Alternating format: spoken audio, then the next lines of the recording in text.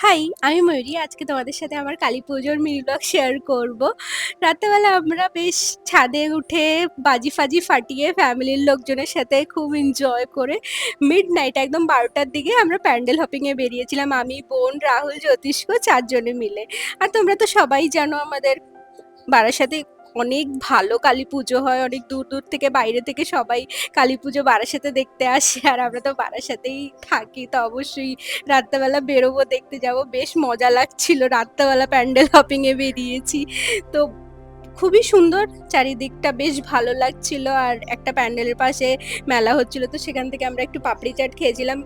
Dinner করেই বেরিয়েছিলাম, তো আর সেরকম কিছু খাওয়া হয়নি রাতে। আর আমাদের বারাসাতের এবার মেইন অ্যাট্রাকশন ছিল এই যে দ্বারিকা, ভীষণ সুন্দর হয়েছিল। কৃষ্ণকালী করেছিল।